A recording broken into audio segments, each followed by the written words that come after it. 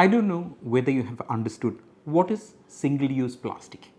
It is this disposable plastic that we use for only one time. വെള്ളം വാങ്ങുന്ന കുപ്പിയൊക്കെ ഇല്ലേ, ഒറ്റ തവണ ഉപയോഗിച്ചിട്ട് നമ്മളിങ്ങനെ വലിച്ചെറിഞ്ഞ് കളയും. That is single-use plastic. Yes, plastic has so many valuable uses. I agree. Around the world, 1 million plastic drinking bottles are used every single minute. And every year, around 5 trillion single-use plastic bags are used. 5 trillion means 5 followed by 12 zeros. ഈ ലോകത്തുണ്ടാക്കുന്ന പ്ലാസ്റ്റിക്കിൻ്റെ പകുതി ഒറ്റ തവണത്തെ ഉപയോഗത്തിന് വേണ്ടി ഉണ്ടാക്കപ്പെടുന്നവയാണ്.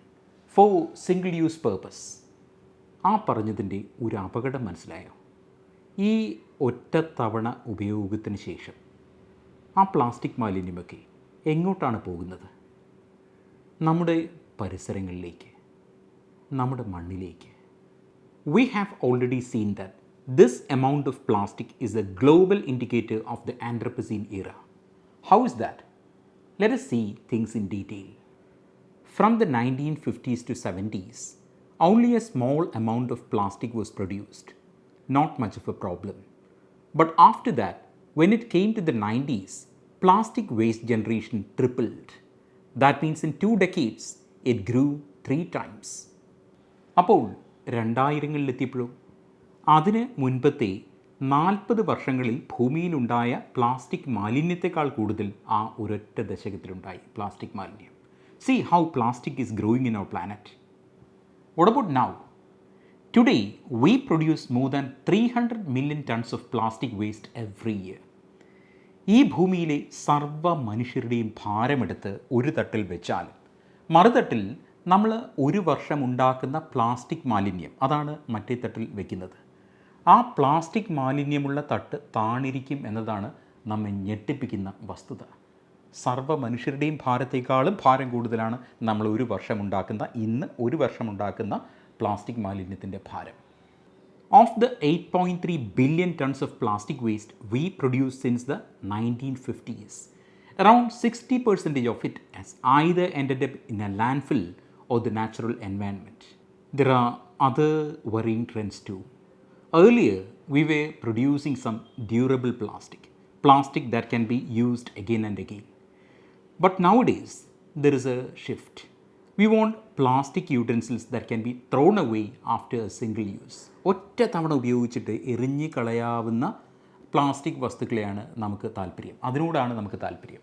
Again, let me ask you, how many of you know that plastic is made from chemicals derived from oil, natural gas and coal?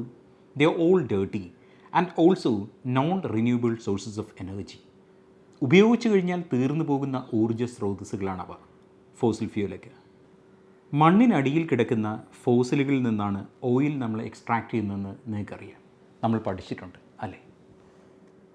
പക്ഷേ എത്ര നാൾ ആ സ്രോതസ് അവിടെ ഉണ്ടാകും?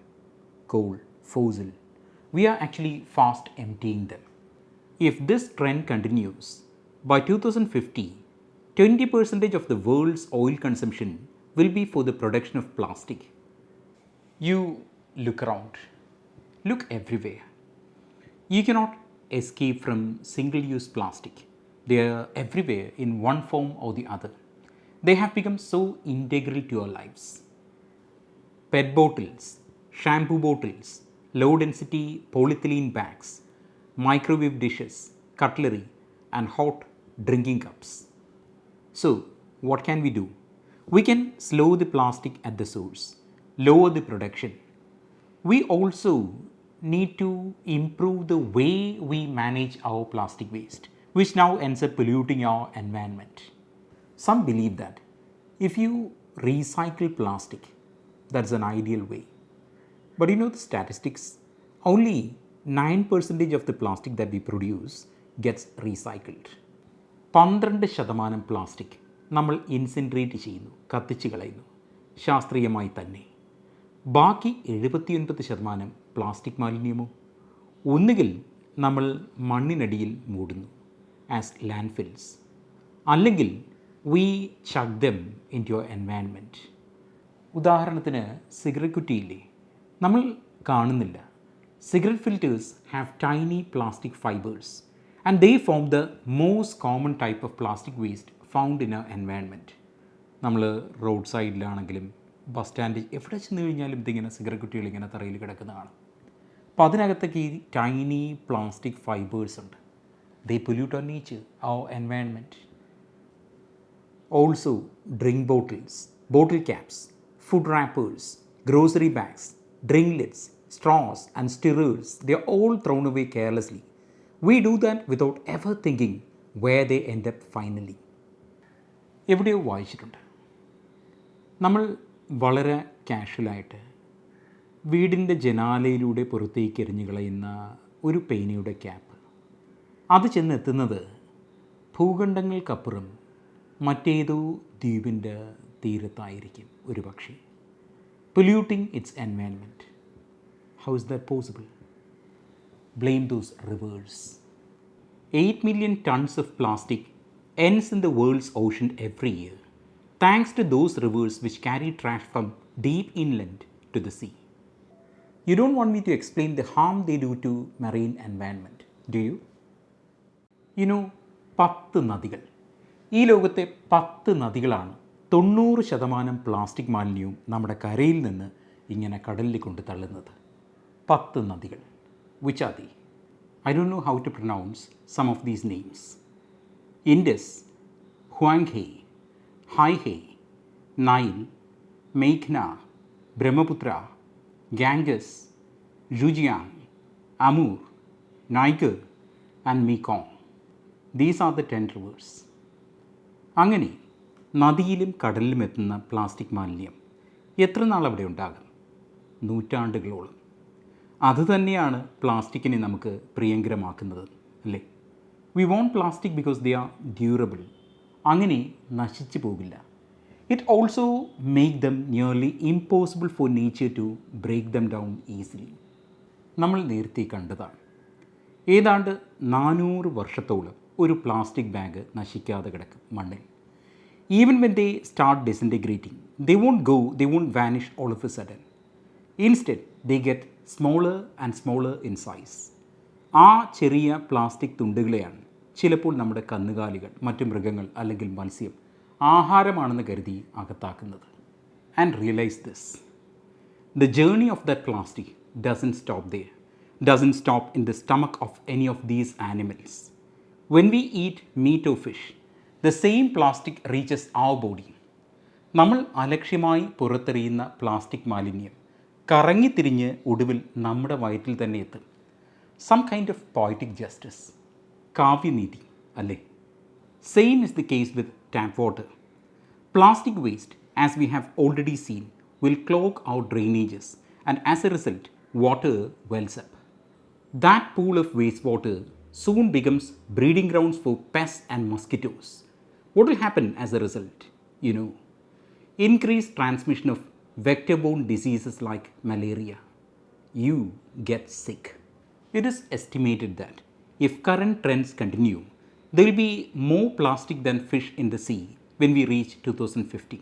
Blame developed countries like the US, Japan and many other European countries. They all generate big amounts of plastic waste. But even if it is so, you must understand that they are also very good at managing plastic waste. They know how to manage their plastic waste. So, what are the countries that produce the largest amount of plastic waste?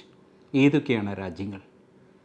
China, Indonesia, Philippines, Thailand and Vietnam. True, those countries are experiencing rapid economic progress and also improving the quality of life, and again they are good at reducing poverty rates. But as these economies grow, consumption booms. നാട് സാമ്പത്തികമായി പുരോഗമിക്കുമ്പോൾ അവിടുത്തെ ഉപഭോഗം കൂടും, അല്ലേ? പ്രത്യേകിച്ചും പ്ലാസ്റ്റിക്കിൻ്റെ ഉപഭോഗം. The tragedy is that some of these biggest producers of plastic, they do not care about managing their plastic waste. പക്ഷേ എന്നിരുന്നാലും പ്രതീക്ഷയ്ക്ക് വകയുണ്ട്. Our world is slowly waking up to this problem and governments are starting to act.